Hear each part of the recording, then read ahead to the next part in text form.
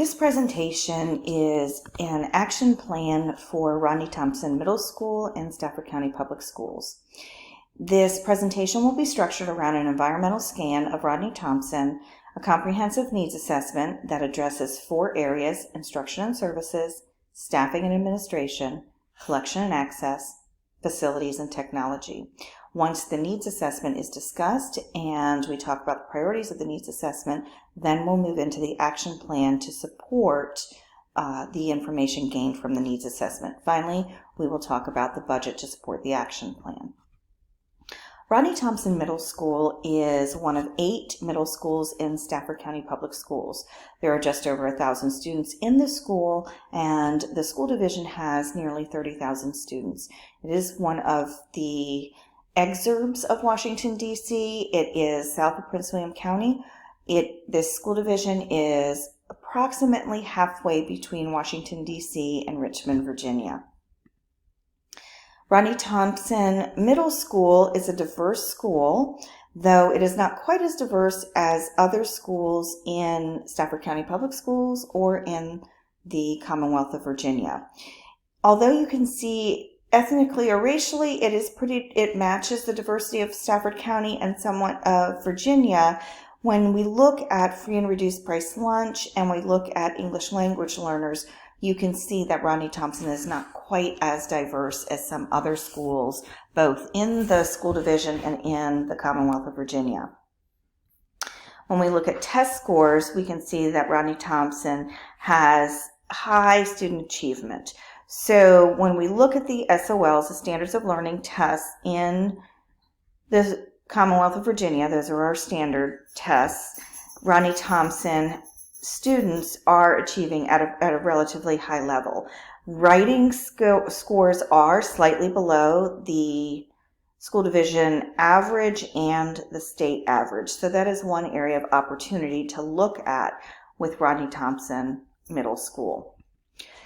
Rodney-Thompson Middle School, up to the current time, has not been involved in a strategic planning process. So this would be a new process for them to implement and guide the direction of the library to really support student instruction and student achievement across the board and based on the environmental scan, particularly in the area of writing.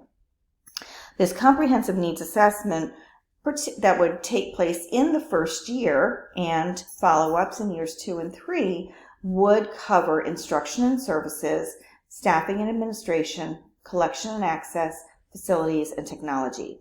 This 3-year plan would be split across the 3 years, and as I said, the comprehensive needs assessment would be conducted in year 1, with review needs assessments conducted in years 2 and 3.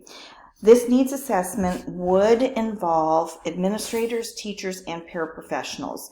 The needs assessment could include a written and/or electronic survey as well as focus groups to get a little bit more information from these stakeholders. Currently, as far as instruction and services from the school librarian, she has a very flexible schedule. She does not have scheduled classes that come in weekly or bi-weekly to the library. All classes sign up to come in. There's no regular schedule. So she is free to support instruction across the school and across the content and grade level areas.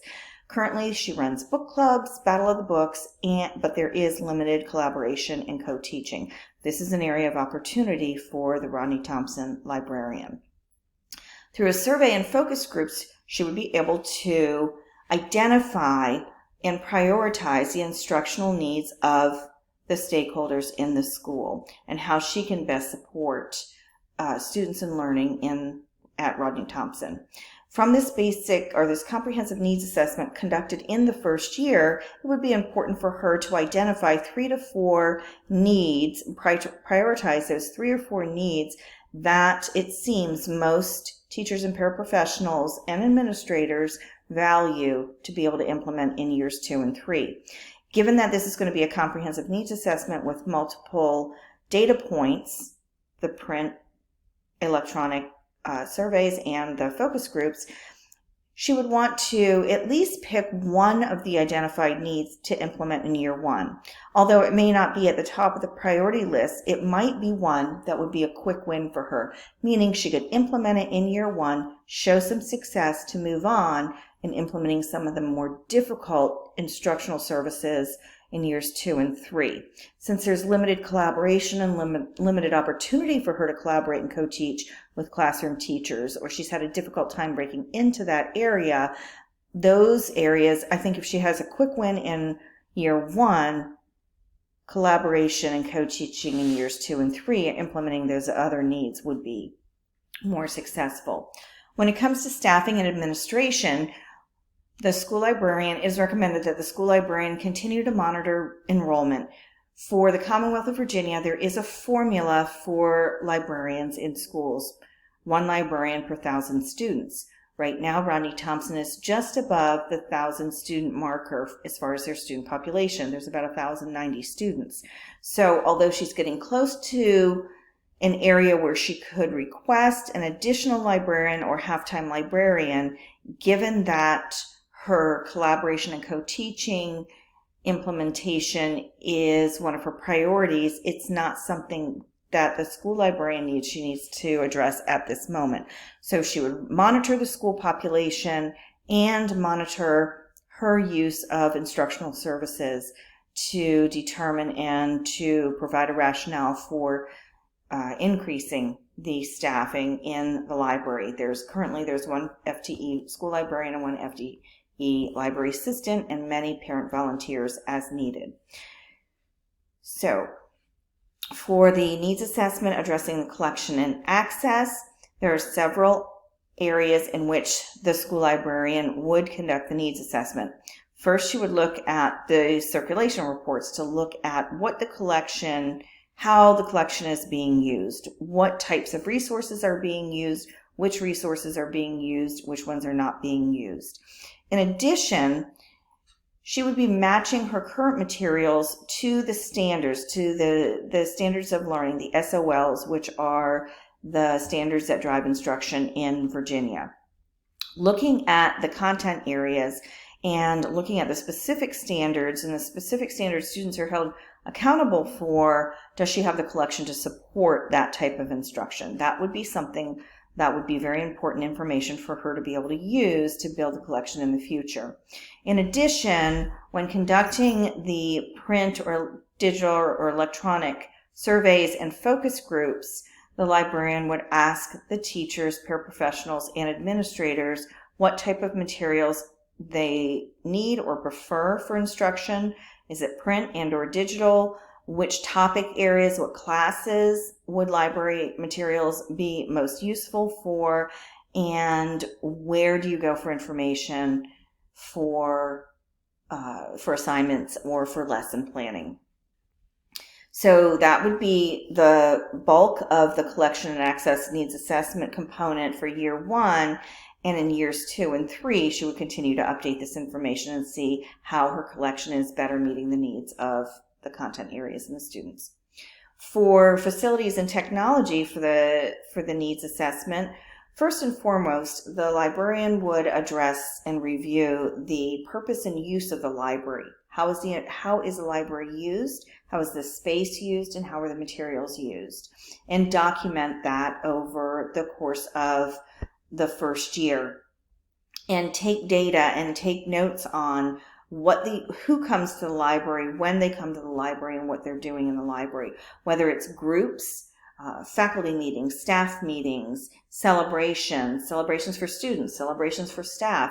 How is that library being used, and how does it meet the needs of that group that's using it? In addition to how students are using it, when are they coming to the library, and what are they asking for when they come to the library, so that she could document how those facilities might need to change over time.